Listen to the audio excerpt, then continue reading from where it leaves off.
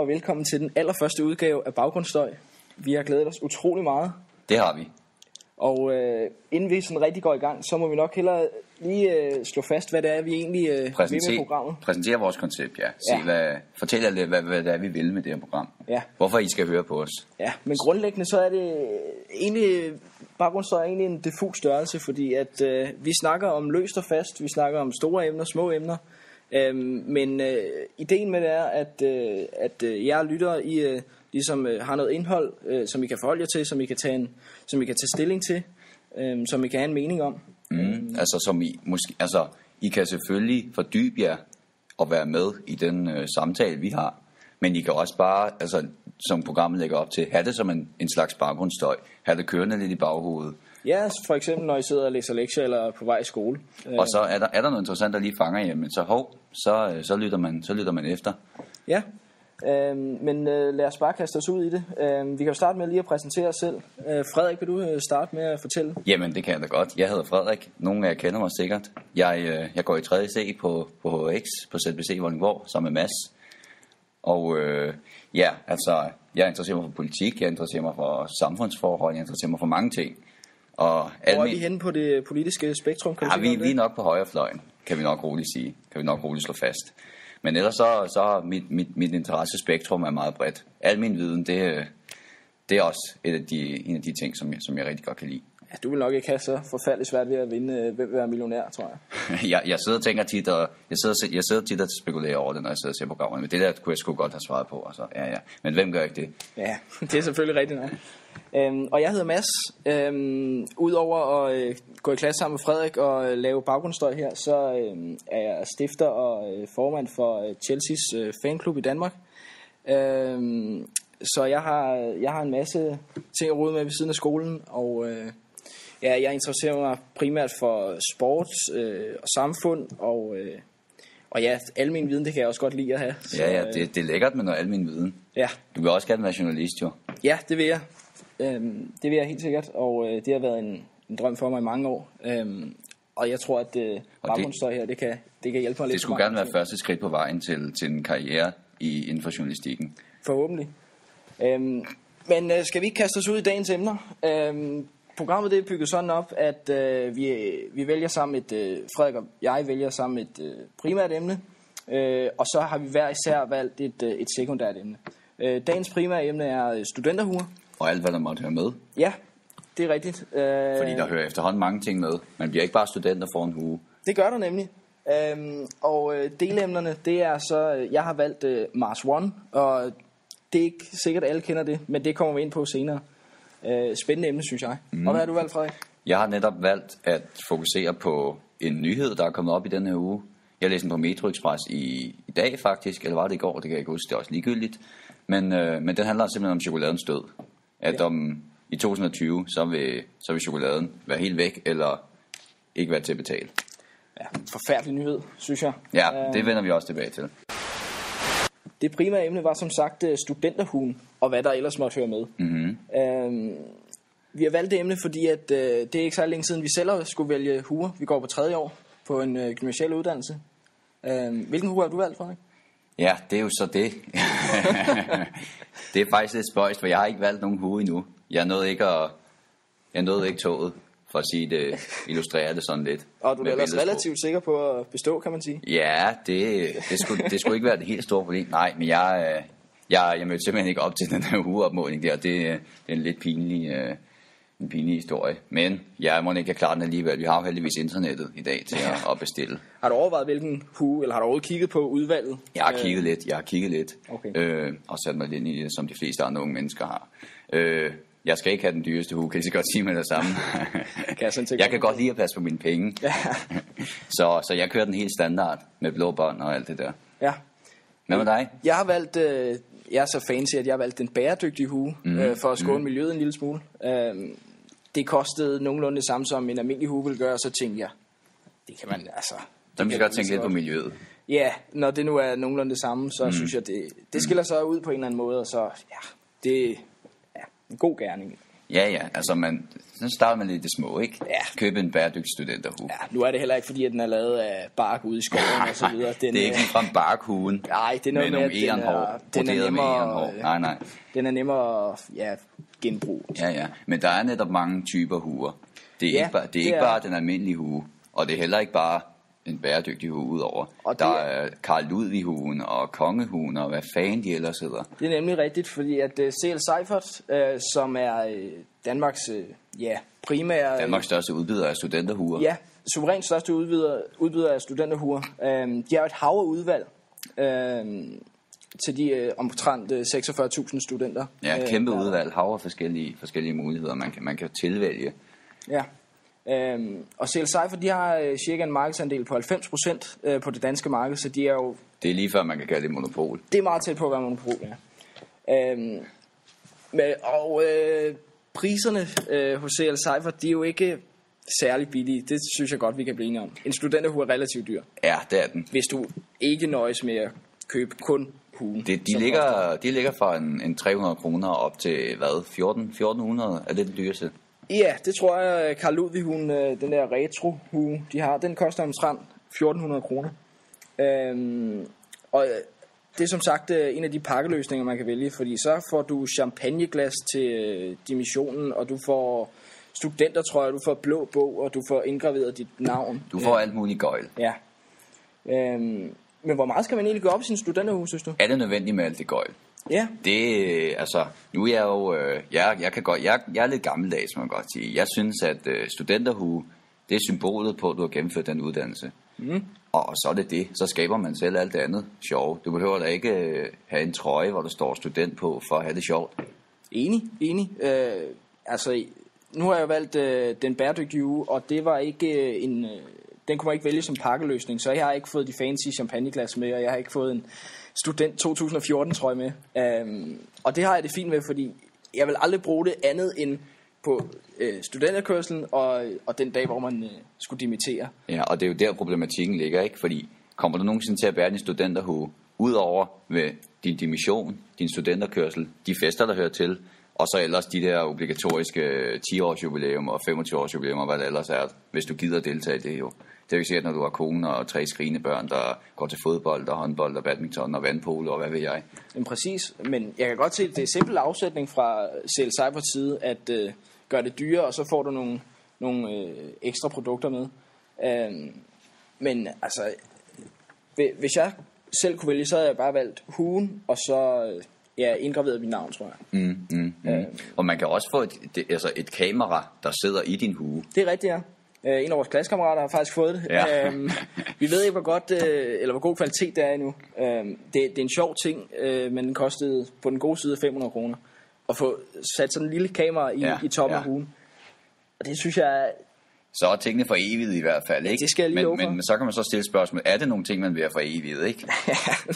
det er jo så spørgsmålet.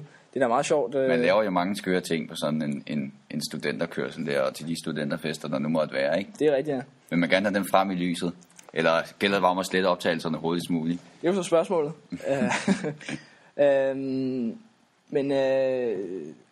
Jeg synes ikke, der behøves alt det gøj der. Skal vi ikke slå det fast? Jo, vi er relativt enige om det her.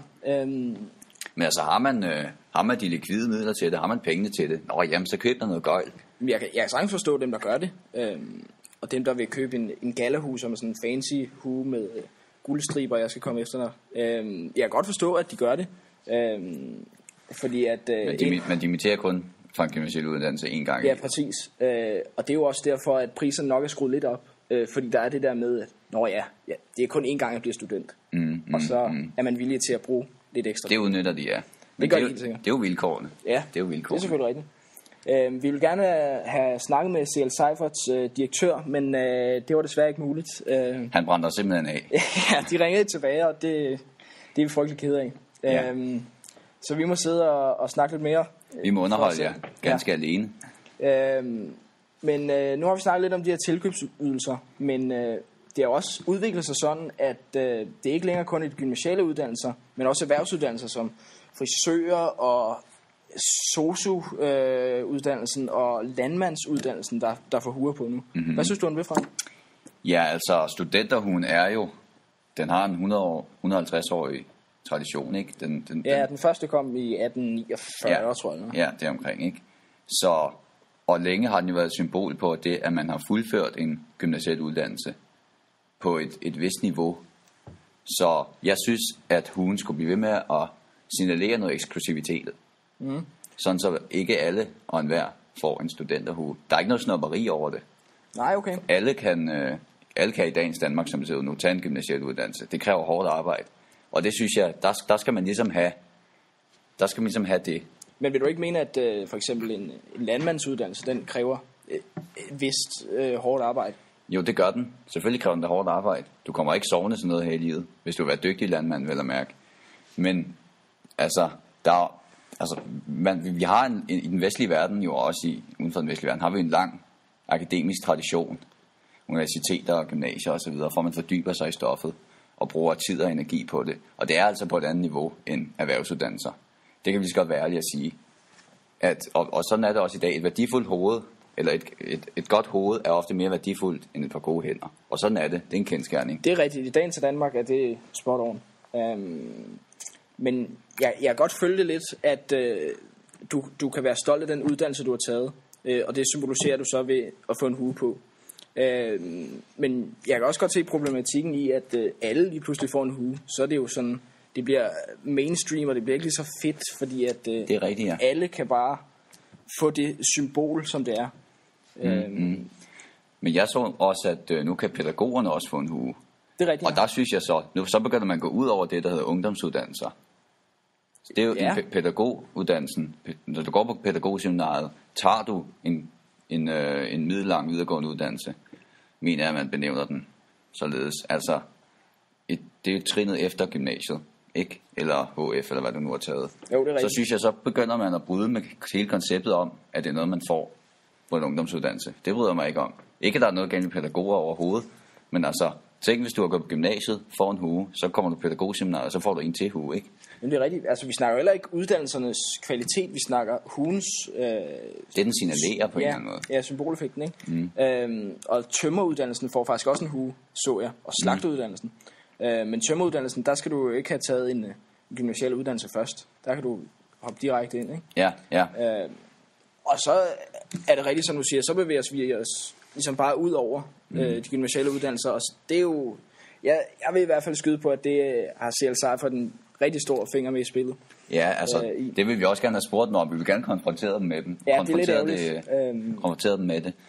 Om de simpelthen bare sidder og opfinder nogle nye huer for at tjene nogle flere penge, ikke? Men det er jo vilkårene. Vi har et frit marked. Og hvordan vil vi kunne forhindre det her? Det kan vi jo ikke. Vi kan jo ikke sige, at... Vi kan ikke pålægge CL Seifert, at de ikke må sælge studenterhuer til folk, der ikke går på gymnasiale uddannelser. Nej, men jeg synes bare, det er ærgerligt, at det bliver det samme. Jeg tænker, pædagoguddannelsen kunne da godt få noget andet end en hue. Det kunne være en broche, eller... Det kunne være så meget, ikke? Et andet symbol. Sløjfe, et eller andet. Det er lidt billigt at bare overtage den der hue der, ikke? Det synes jeg også. Og det er jo lidt ærgerligt, vi er relativt enige på det her punkt også. Ja, der kommer ikke så meget diskussion af det. Nej. Vi sidder bare og bekræfter hinanden lidt, men altså, det skal man jo også gøre en gang imellem. Det er rigtigt. Hvis I har noget derude, som I brænder ind med, så må I endelig sende os en besked på Facebook. Skriv til os. Ja, eller kommentere en statusopdatering, et eller andet. Ja, feel free. Helt sikkert. Men for at kort at opsummere, så synes vi ikke, at alle uddannelser skal have en hue.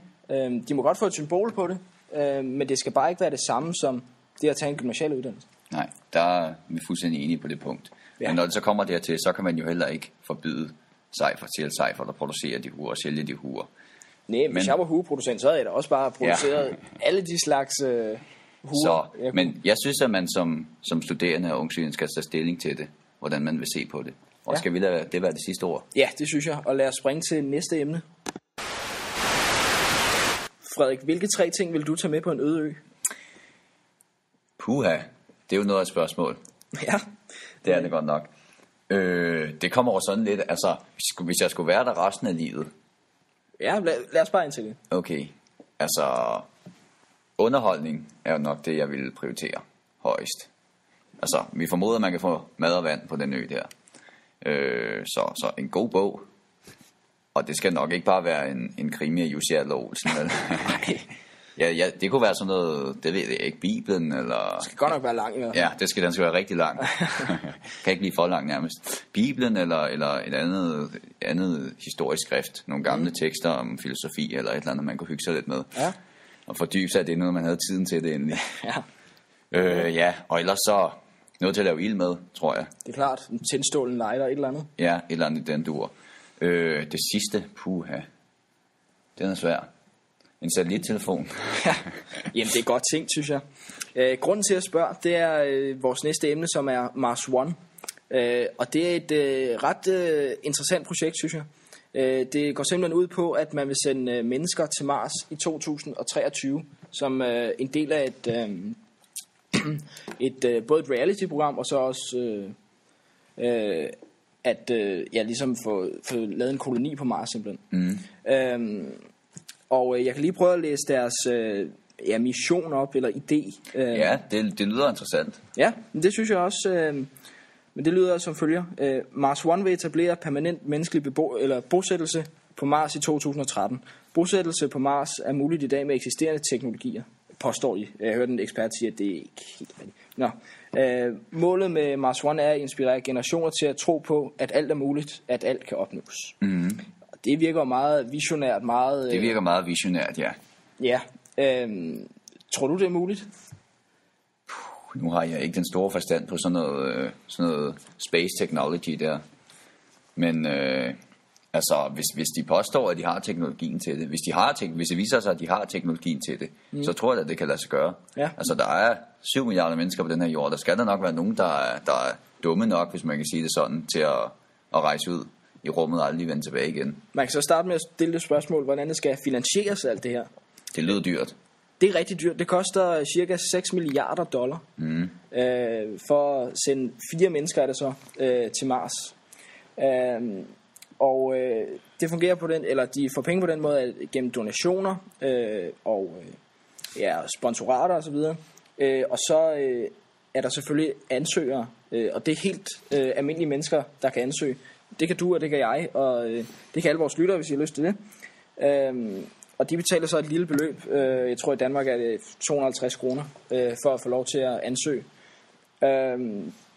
Og i den ansøgningsvideo, der skal du så sige lidt om, hvorfor du vil med på projektet, og hvad din humor er. Fordi at det er jo ikke kun sådan et udforskningsprojekt på Mars. Det er også et reality-program. Det er også underholdning. Ja, det vil det nemlig. Det er planen i hvert fald. Og det er så også ideen med det er, at man så skal sælge de her tv-rettigheder til nogle tv-stationer, når det engang går i luften. Ja. Men kan man det, synes du? Kan man godt sende 4 mennesker afsted, som jeg skal lige huske at sige, de kan ikke komme tilbage igen, når de først... De kan ikke komme tilbage til jorden igen, når de første rejser. Det er one-way ticket. Det er one-way ticket. Kan man det, synes du? Det er et svært spørgsmål. Man må formode, at dem, der rejser, de er ret trætte af livet her på jorden i hvert fald. Ja, eller jeg tror ikke, går helt vildt op i meget. Jeg tror ikke, det er den glade familiefar, der rejser fra kone og børn. Ja. Det håber jeg da ikke i hvert fald. Så bliver de da ret kede af det, hvis de skal undvære ham resten af livet. Jeg kan jo ikke lade være med at tænke på alle de film, der er blevet produceret i tidens løb med reality shows, ikke, som måske har forsøgt at skabe en debat om, jamen, hvad kan vi tillade os i fremtiden, når vi får den fornødne teknologi. The Truman Show, jeg ved ikke, om I kender den. Den kender du i hvert fald, den har vi set sammen. Ja, kan du hurtigt ridse op? Det er Jim Carrey, der spiller hovedrollen, hvor han er lukket ind i en kæmpe stor kuppel med en by fuld af skuespillere, som selvfølgelig får ham til at føle, at det er en rigtig by. Han er den eneste deltager i det her show, og så er der kameraer overalt, og man følger altså... Ja, hele verden kan simpelthen se på hans liv 24/7. Ja. Jeg kan fortælle dig, at der er over 200.000 mennesker, der er ansøgt. 200.000 mennesker? Simpelthen. Der er over 200.000 mennesker på jorden, der har lyst til bare at tage en billet væk herfra. Det var en slat. Det synes jeg er meget. Der er 9 ansøgere fra Danmark. Og jeg synes, vi skal prøve at høre simpelthen en af videoerne. Det er ikke så vigtigt, at der ikke er noget billedmateriale til. Han står simpelthen bare og snakker. Men lad os høre, hvad Markus på 20 år har af begrundelse for at rejse til Mars for evigt. Why would I like to go to Mars? I would like to go to Mars because I love all about space. I like to go to space. I like to look at space. I like to think and do about space. It's one of my biggest dreams since I was a little boy. and it has been on my mind ever since I saw the first rocket go into space. My sense of humor is epic. I like to laugh at everything, and I'm often part of myself. All my friends also have a good sense of humor, and I have never had any problems with people thinking my humor was bad or racist or anything like that. I would be the perfect candidate to go to Mars because it's been one of my biggest dreams. I have directed my entire life to going to Mars and to train my body and mind and to study about space. And that's why I want to go to space. Ja, det var Markus. Altså, Skal vi lige prøve at ridse op, hvad det var, han sagde? Ja, kort så siger han, at det har været en livslang drøm for ham at tage til Mars, fordi han er meget ruminteresseret og så videre, og så begrunder han, eller så fortæller han, at hans humor, den er meget alsidigt. Han kan lave sjov med alle, og der er ikke nogen, der synes, han har en dårlig humor blandt hans venner. Jeg kan fortælle, jeg så en udsendelse med ham i Godmorgen Danmark, hvor han fortalte, at han har en kæreste. Og, hvad må hun sige til det? Ja, og familie ved siden af, han sagde, at de sagde til ham, at inden de vidste, at han aldrig kunne komme tilbage, at det skulle han bare gøre. Men at de så, da de fandt ud af, at han ikke kunne komme tilbage, så var de sådan lidt, det skal du bare lade være med. Ja. Så fik de lidt kolde fødder. Ja, og det kan jeg godt forstå, men okay, han virker målsat, men... Han virker engageret, synes jeg, man kan høre på. Ja, han vil rigtig gerne det her. Vil du kunne finde på at tage et sted hen og blive der for evigt, uden at kunne tage tilbage til din familie eller venner igen? Det er noget af et spørgsmål. Det kommer nok an på så meget, tror jeg. Hvis jeg var tilstrækkeligt træt af livet på jorden, hvorfor ikke? Ja, men altså, han virker ikke engang træt af det. Nej. Så det, hvis jeg havde det godt her, der er så mange steder på jorden, jeg ikke har set endnu, så jeg føler ikke tiden er inde til, at jeg skal på andre planeter også. Nej, men jeg synes også, han har ikke helt overvejet konsekvenserne af det på en eller anden måde, fordi at de kommer til at bo i, hvad der svarer til sådan en campingvogn. 4 mennesker resten af deres liv. Ja. På en anden planet, hvor det bliver minus 60 grader. Det er lidt Roskilde Festival resten af dit liv, ikke? Uden så meget sprut. Ja, uden sprut. Hold da op. Og musik, live musik, er der sgu heller ikke noget af det oppe i rummet. Nej, altså de har nok en forbindelse hjem, må man gå ud fra, når de også skal optage deres liv i form af en reality-serie. Men forestil dig at skulle skype med din egen søn resten af livet. Ja. Du vil aldrig kunne komme til at se ham igen. Jamen, jeg kan slet ikke sætte mig ind i den tankegang, altså at man bare vil forlade sine familie og venner. Man kan slet ikke begribe det, vel? Nej, og jeg tror simpelthen ikke på, at deltagerne eller ansøgerne er klar over det. Jeg tror, at de vil fortryde det i løbet af måneder, måske år, hvis de holder ud. Og der kan man jo sige, hvis vi igen stiller spørgsmålet, jamen hvad vil man kunne gøre ved det? Skal man forbyde at sende folk op i rummet, hvis man har pengene til det? Kan folk ikke finde ud af at administrere deres eget liv? Jamen det synes jeg skal lægge folk frit for, om de har lyst til at tage til Mars. Altså det er et privat projekt og så videre. Og han er et voksen menneske. Han er 20 år gammel. Hvis han har lyst til det, så skal han da gøre det. Men der er det jo, man som seer så kan sige, jamen hvis jeg ikke føler, at det er noget, jeg kan være med til, hvis jeg synes, det er moralsk forkasteligt af ham, så vil jeg simpelthen ikke se på det. Det er rigtigt, men det giver omvendt også en god mulighed for, at man kan udforske Mars, kan jeg godt se. Ja. Ser du meget reality-tv? Ja, det gør jeg faktisk.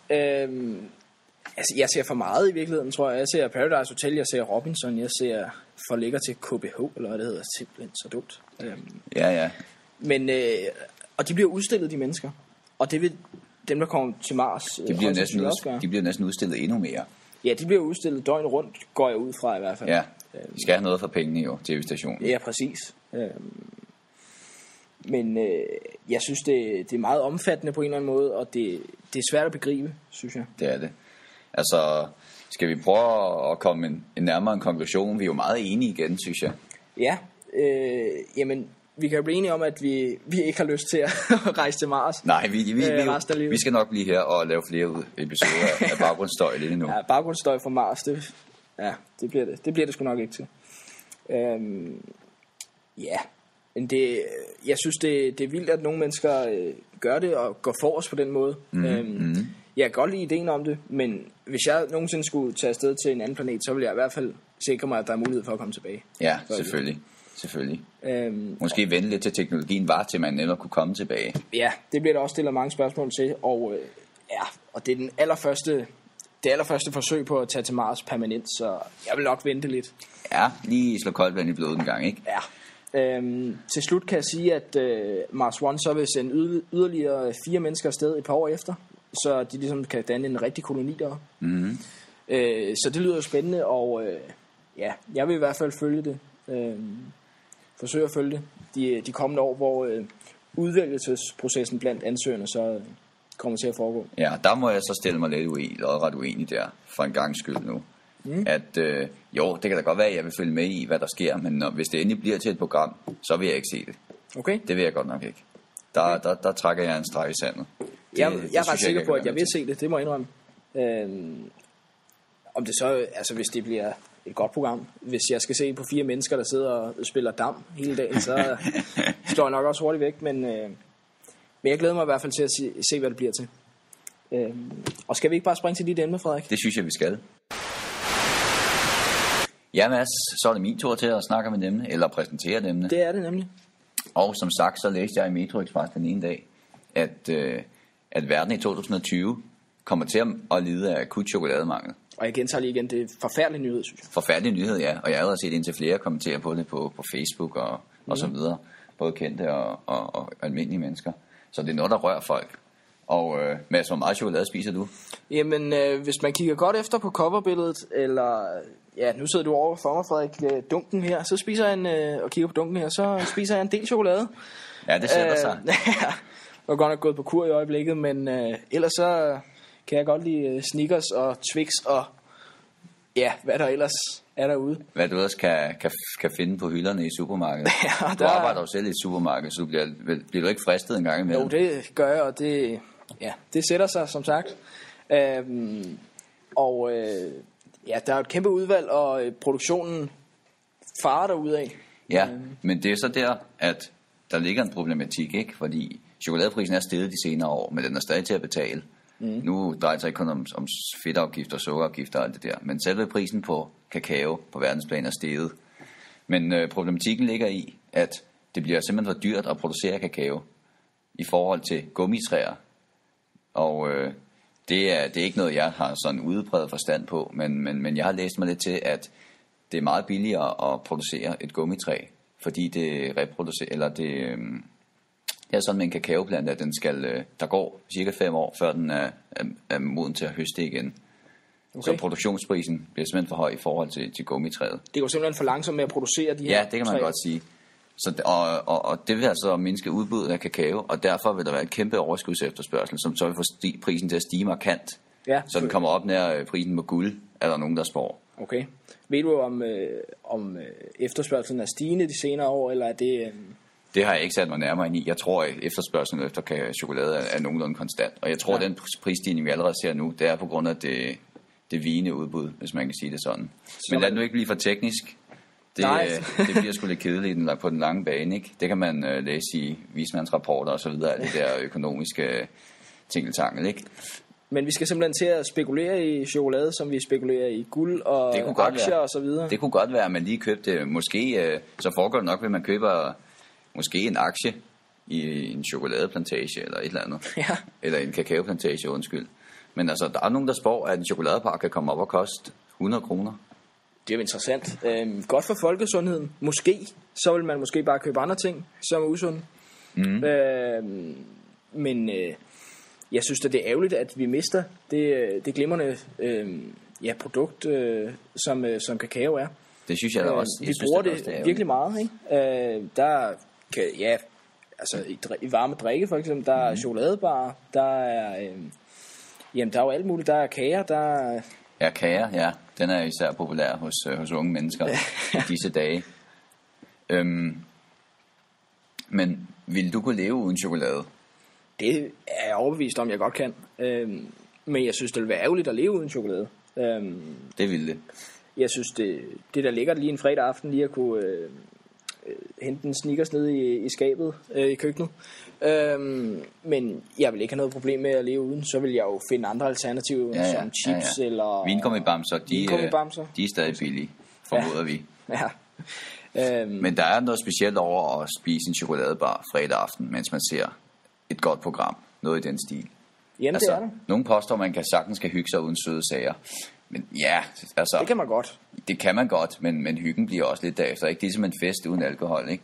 Det er rigtigt. Jeg synes, det er lidt samme problematik, ikke? Jo. Jeg siger ikke, man skal være stangstiv hele tiden, men kan man formå at begrænse sig, kan man få at moderere det, så kan man sagtens bruge det. Det er rigtigt, men jeg synes også, det er interessant at tænke på, hvordan det så kommer til at udvikle sig de næste år. Om prisen lige så langsomt stiger, og til sidst så er det sådan noget, du køber en gang hver jul eller et eller andet, så får du en fin Snickers. Det kunne godt være, at det blev noget af en oplevelse så at få din årlige chokoladebar, hvis man kan sige det sådan. Det kunne være interessant, men alligevel også lidt ærgerligt. Ja, jeg ville hellere have frihed til at vælge, hvornår jeg skulle spise en chokoladebar, i stedet for at vente et helt år på at få den samme smagsoplevelse. Det er lidt træls. Ja, det er faktisk det ord, der beskriver den situation. Rammer det ikke meget godt? Hun rammer ikke lige, det er ikke lige hovedet på sømmet der. Det er simpelthen træls. Det er lidt træls. Men altså, det er sådan verdensmarkedet fungerer. Ved du, om man kan gøre noget for simpelthen at redde den her situation? Altså, kan man speede processen med produktion af gummitræer op, eller kan man bruge et andet stof? Man kan meget med gensplejsning efterhånden. Jamen, det er også lidt det, jeg tænkte måske. Jeg aner intet om gensplejsning, skal jeg lige hilse at sige, men det kan da godt være. Altså, markedet plejer at finde en løsning på tingene. Ja, præcis. Så det kan godt være, at man finder på noget, som kan lade sig gøre med at speede processen op for kakaoplanterne, eller et eller andet i den stil. Ja, vi ser jo for eksempel... Noget kunstig kakao måske. Ja, eller ligesom med biler, ikke? Så i stedet for benzin, så kører de nu på... Ja, begynder at køre på el og på... brint og hvad ved jeg. Ja, altså man kan allerede nu få den første opdyrkede bøf. Jeg kan huske, der var noget... det er rigtigt, ja. Hvor den smagte sig ikke så godt, vel, men det var trods alt... Det var der hen af. Man kan godt smage, at det var en bøf. Det var en opdækket bøf. Ja, en opdyrket bøf, ikke en opdækket bøf. Så begyndte det at blive sådan lidt skizofren. Spiser en bøf, der ikke er der. Ja. Nej, men skal vi prøve at nærme os en konklusion? Ja, vi startede med at snakke om studenterhuer. Det var desværre ikke muligt at få en kommentar fra C.L. Seifert, men vi fik diskuteret lidt, hvorvidt man skulle gå op i de her, eller hvor meget man skulle gå op i sin studenterhue, med de her tilkøbsydelser som champagneglas og trøjer og så videre. Så den her situation med, at der er så mange forskellige studenterhuer, der er til frisører, til landmænd og selvfølgelig til gymnasiale uddannelser. Og vi er grundlæggende enige om, at det skulle helst, ideelt set, så skulle det holde sig til de gymnasiale uddannelser, og så... Det er en lidt træls situation, der er i øjeblikket. Ja, men det hele er træls. Det er dagens ord, det er træls. Ja, det er det faktisk. Og vi bliver også lidt enige om, at tilkøbsydelser, hvis du har pengene, så fyrer du den jo bare af, men der er intet i vejen med at tage en helt standard student. Det er der absolut intet i vejen med. Nej. Det er symbolikken, der betyder noget. Og så fik vi snakket om Mars One, som er det her reality udforskningsprojekt, som skydes i gang i 2023. Og om hvorvidt det var... altså om man kunne tillade sig at gøre det, om vi ville gøre det. Også om det kunne lade sig gøre. Ja, om det kunne lade sig gøre overhovedet. Og så hørte vi et indslag med en gut, der hedder Markus, der har ansøgt til det her Mars One-projekt. Vi må indrømme, at vi ikke forstår ham. Det gør vi ikke, nej. Men vi synes, det er helt fair, at man tør tage de chancer, og nogen skal jo gøre det, kan man sige. Ja, og så kom vi også ind på chokoladen, med at hvis chokoladen kommer til at koste, hvis en chokoladebar kommer til at koste 100 kroner, så bliver det træls. Ja. Og så bliver det svært at få sådan nogle søde sager, uden at vende bunden i vejret på sin pengepunkt, ikke? Ja, vi krydser fingre for, at forskerne finder på et alternativ, inden ressourcerne slipper op i 2020. Det håber vi. Håber vi. Vil du tage en studenterhue med til Mars? Nej, det vil jeg nok ikke. Jeg vil nok tage... hvad vil jeg så med? En Snickers? Jeg vil tage en masse Snickers med. Ja. Skal vi ikke lade det være ordene? I kan følge os på Facebook. Abonnere på os på SoundCloud. YouTube er vi også, hvis ikke du kan lide at bruge SoundCloud. Ja. Der er masser af ting, du kan følge os på. Masser af medier. Vi vil gerne have noget respons på den her episode her. Meget gerne. Så hvis I smider en kommentar på Facebook, skriver en besked til vores Facebook-side, et eller andet, sender et brev med posten, det er ligegyldigt. Og om I synes, vi er et par idioter, så skriv det. I må godt lige skrive for. Ja, endelig. Vi skriver for. Begrund svaret. Og skal vi lade det være det sidste ord? Det synes jeg. Og så sige vi håber, I lytter med næste gang, og tak fordi I gad at lytte med. Vi høres. Vi høres ud til.